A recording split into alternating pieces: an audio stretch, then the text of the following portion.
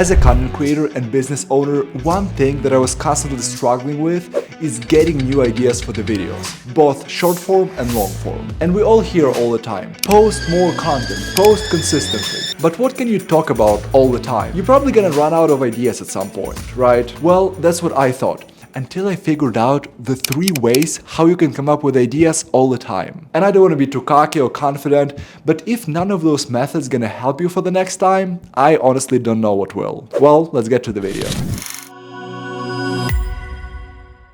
Method 1. Steal like an artist. There's a famous YouTuber we probably all know about, Ali Abdaal, and I really like this quote that he said. There's no unique messages, just new messengers. So let's go over the blueprint that will explain how you can steal ideas without really looking like a thief. First and foremost, identify 4 to 5 best creators in your niche. Let's say I want to talk about productivity. What you can do, just literally go to YouTube and in the search bar type productivity, just one word. And you're probably gonna see guys like Mark Manson, Ali Abdaal, Jeff Su, and others. And most likely those creators you pick gonna be popular on other social media as well, so you can do the same process. Just find them on other social media and subscribe to them. The next step will be to analyze their content. Basically, you can start looking over all of their videos and figuring out which method of delivery is the most similar to yours. Because if I'm an entertainment niche, I don't necessarily like to be as loud and as engaging as Mr. Beast, so I can pick a creator that's gonna be closer to my heart and more similar to style. The cool thing you can do on YouTube is actually sort by popular videos and see which of their videos perform the best. That way, you will scientifically know which ideas are usually doing better.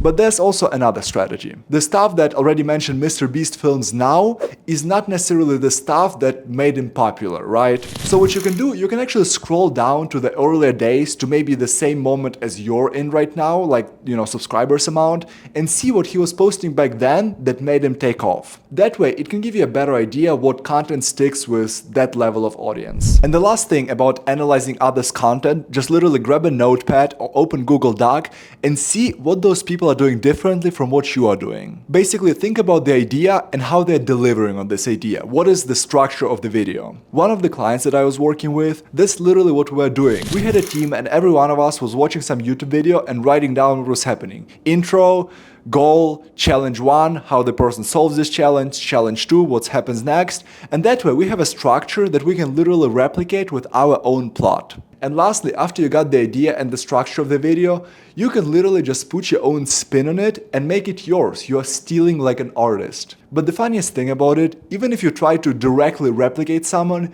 you will still say it differently. You will have different accent, you will have different lighting, different background. So it's still gonna be yours, it's gonna be unique. There's a lot of content that's being produced, so even if you steal from someone, it's still gonna look like it's yours because it's different. Secondly, if you think about it, there's only 3 reasons why people are watching stuff on the internet: entertainment, education, and brand/inspiration. And this fact brings us to the second method of generating endless ideas: content pillars or content topics. Let's say you want to make cooking videos. Now think of those 3 categories, education, entertainment, and brand, and come up with 2 to 3 content pillars for each of those topics. Education. We have cooking recipes, cooking tips, best tools for cooking, etc.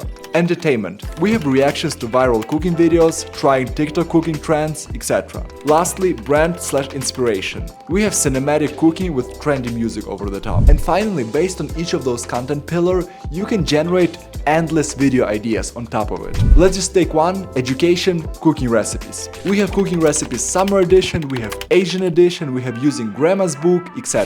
Ideally, I would highly recommend you to visualize the process. I'm personally using the tool called Figma, and this is kinda how it looks like. You see, I still have education, entertainment, and brand. And then I divide it into content pillars and video ideas out of it. But if you don't want to worry about more software, you can just literally grab a piece of paper and write it down there and hang it on the wall, not to forget about it. Based on your personality and the direction of your channel, you can lean more into entertainment or education, but still try to utilize all 3 of those just because they can give you more ideas and inspiration. And lastly, nowadays it's extremely hard to imagine any creative process without usage of AI. But good news for you, even if you don't know really how how to use AI, it's super simple to come up with new ideas using chatbots. I'm gonna give you an example using old good ChatGPT. And again, you can use Google Gemini, Perplexity, or any other chatbot. This is just an example.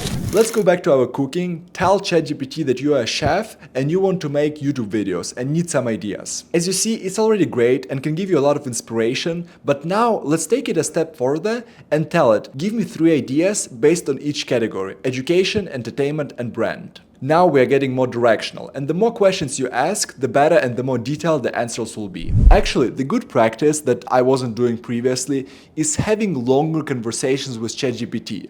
I used to just ask the question and it will give me whatever generic answer that I wasn't happy with, and that's it. I would just close it and I just write it down by myself. But when I actually started to ask more and more questions and explaining my prompts a little longer, it was giving me more detailed and better answers. Obviously, if you're walking in the park and have a good idea popping up in your head, just grab a notepad and write it down really quick so you don't forget it. And in this case, you don't need to go through any of the methods we discussed in this video, and you can just make a video based on what you think about. But sooner or later, you're probably gonna run out of those walk ideas. And this is when those 3 methods, still like an artist, content pillars, and usage of AI, can really help you to come up with almost endless ideas. If you guys like this video, I would highly appreciate if you subscribe to the channel. I'm posting a lot about business content and how to come up with content ideas, all of this stuff. So leave a like, subscribe to the channel, and I'll see you in the next one.